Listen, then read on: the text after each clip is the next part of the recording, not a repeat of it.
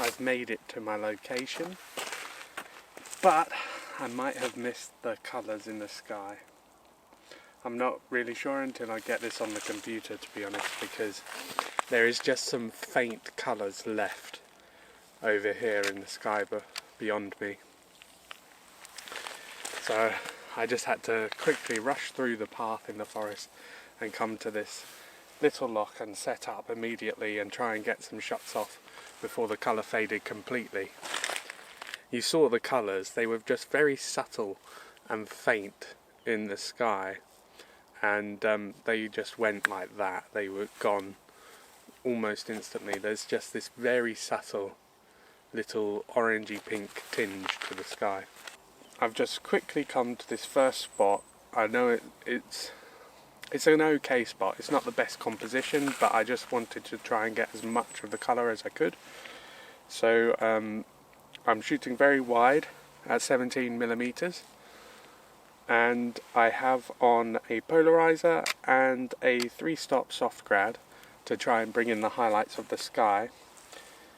And while I'm exposing, I'm checking my histogram to make sure I'm not hitting the whites too much and burning out any white in the sky. It does look sort of silhouetted at the moment, to be honest, because of the exposure, but I should be able to recover a lot of the shadows in post-processing due to its high dynamic range. So I'm using a 2-second timer, ISO 100, f11, and either 10 seconds or 8 seconds as the light develops. But that's it for this one. Nice and simple. I'm going to have a look around the shores of this loch for other compositions. Details and what have you would be a good one.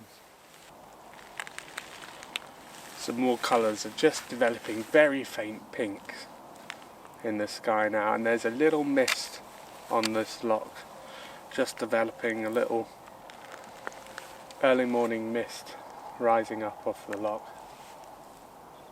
I can't see any colours on the back of the camera, to be honest, but hopefully in post I'll be able to get those out.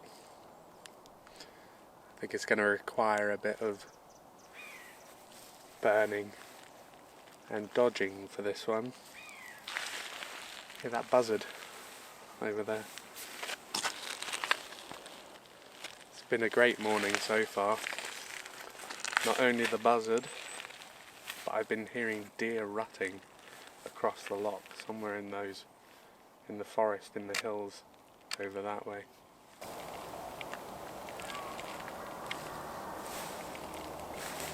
Can't beat an early autumn morning.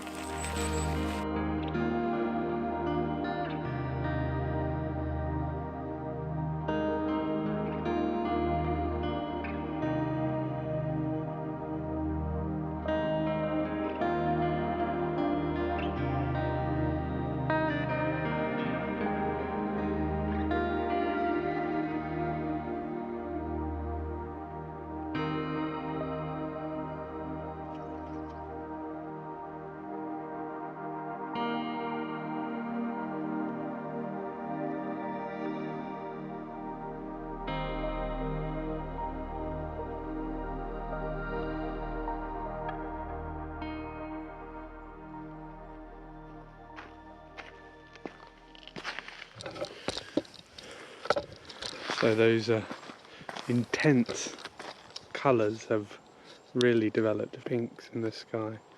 It looks really good.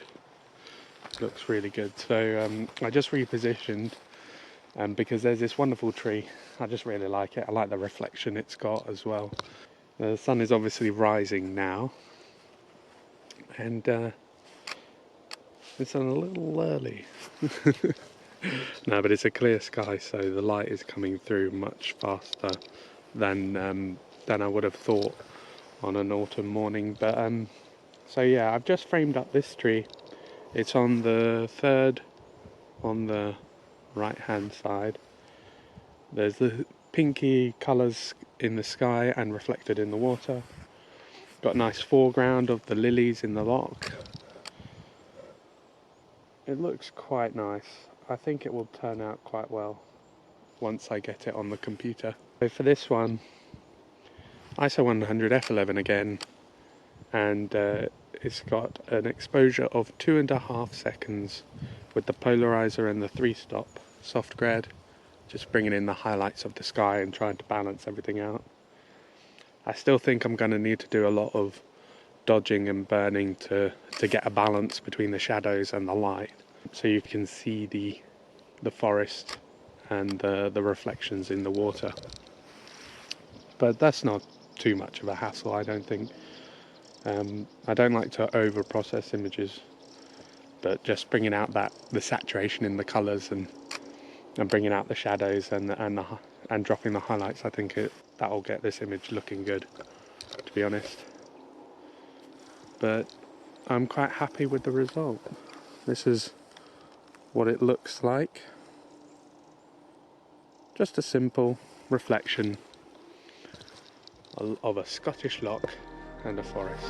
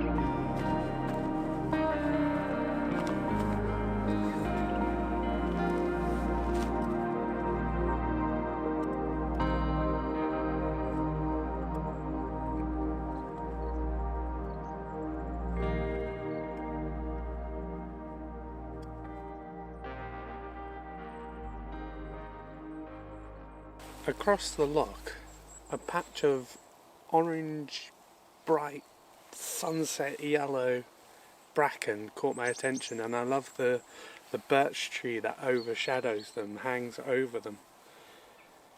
So I framed it up. There's a couple little bits that are edging in the frame which I don't like. I'm obviously using my 70 to 200 at the full 200mm because it's right across the loch from me, and I don't want the sky in the shot. This is just about the tree. Oh, deer having a go. This is just about the tree and the bracken, so I wanted a nice condensed view of those elements. So I'll probably end up cropping this 4x5 because there is a patch of lilies in the foreground which I don't really like either. They're sort of throwing it out of balance. They're probably a little bit out of focus, being on the edge, and I want it to be about that tree and that patch of bracken. Yeah, I was just seeing if there was a way I could get a bit higher to get a better separation between the lilies and the bracken, but not really. But it's a nice simple thing. It's about the colours of autumn. Some of the birch leaves in the tree are just starting to turn yellow as well, and it's just simplicity itself. So I'm exposing with the polarizer on just to try and emphasise those oranges and yellows, and at ISO 100 f11 I'm getting an exposure of 1.6 seconds, and of course I'm using a 2-second timer just to reduce any camera shake.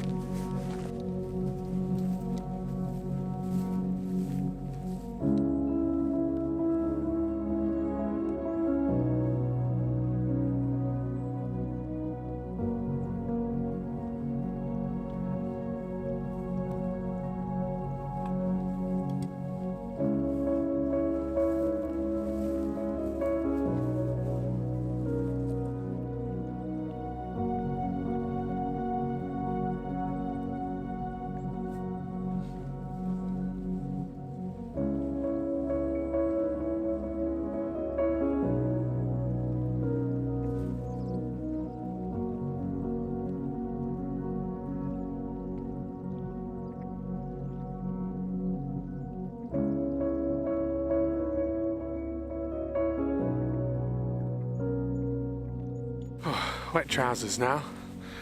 There wasn't really anything down on that bank there that I could see, so continue the journey.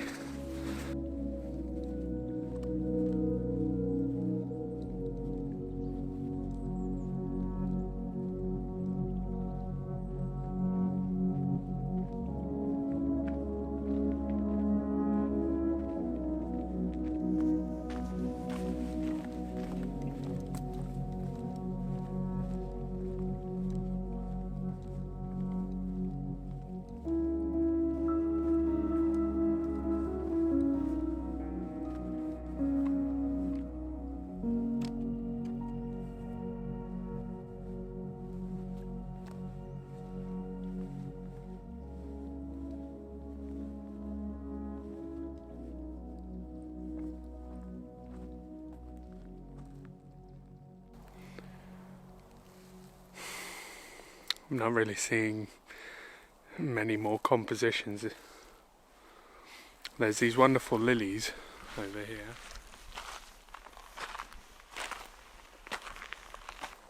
But they're a little too far out for me to be able to create a composition with them.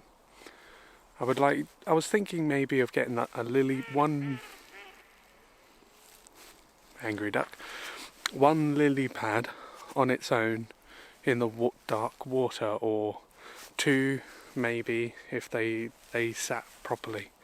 But they're just a bit too far out. I'd need the waders to get to them to be able to frame a shot. I don't want it to be sort of like looking at it at an angle. I want it to be straight, flat lilies. I'll check the other shoreline over there and see if there's anything around there, but it's not looking promising, to be honest.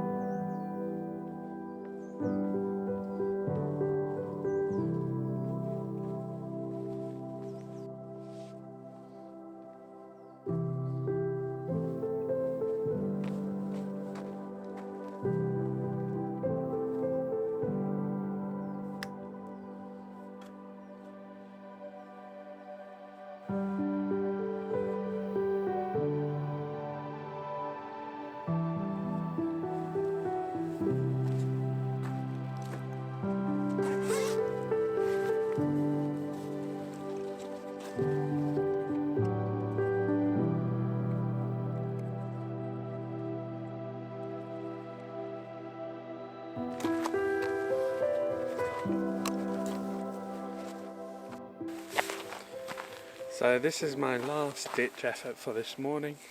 I'm going to try shooting a panorama across this loch, just to capture the reflections, the forest. The clouds are doing quite interesting things, so hopefully it will work out when I stitch it together. So I've levelled off my tripod as best I can. I know it doesn't look like it necessarily, but I am looking at the top spirit level for where I'm going to be pivoting the camera. I've got it on 2-second timer between each shot, and when I notice there's blowout, I'm actually changing the exposure because I don't want any highlights blown at all throughout this image. I'm using my 17 to 40mm at the 40mm end, so there is going to be some distortion. But luckily in Lightroom they have profiles for the lenses to correct the distortion, and that should limit the amount of distortion in the final panorama image as well. I would normally use my 70-200 because the distortion level is very low, but it was too condensed in this frame. You couldn't see the sky, you couldn't see the reflections as much as I wanted, so I had to go with the 17-40, which has a much much stronger distortion because it's a wide angle lens. I'll just do one more just in case. I'll probably crop out the end of it as well. And then a trick that Thomas Heaton shows on his channel is just to put your hand in front of the lens to help remember where the panorama sequence ends. And I find that actually really useful, bookending the sequence. So one hand at the beginning, one hand at the end, and I know that all the images in between the hands are the ones that I wanted to include in my panorama image. So hopefully that will turn out. You should see that now.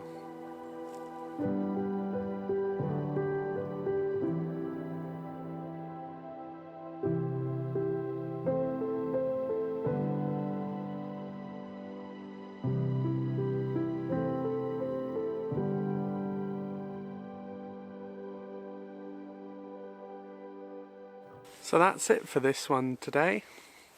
I won't know how the images turn out until I get them on the computer. I think they're going to look okay. I'm not sure about the panorama. I hope it turns out, but it's a bit of a hit and miss with panoramas, I've found. It's been a good morning. I was hoping for colours. I was hoping for something a bit more dramatic than that. When I found this loch, it was in spring during our self-isolation period. And when the self-isolation started to ease in Scotland, there was a 5-mile travel limit, and this little loch was one that I'd never explored and was within the limit. And there was these beautiful lily flowers, so this would be a great location in the spring, especially if you can time it right with a colourful sunset and the flowers. It'll be sublime. I wanted to shoot this loch with a colourful sunrise since I discovered it. And I was hoping for one this morning, and I sort of got one, but it was very subtle and not as bright and colourful as I would have liked. So it's a location that I'll come back to in the future. But it's time to go get some breakfast and a coffee. So if you have watched this far, thank you very much for continuing to watch my videos. I am trying my best, and I hope it reflects in the video, in the videos that I am making. If you did like the video, don't forget to hit the thumbs up and maybe consider subscribing so you can see any future videos that I put out. Thanks for sticking around, and I'll see you on the next one.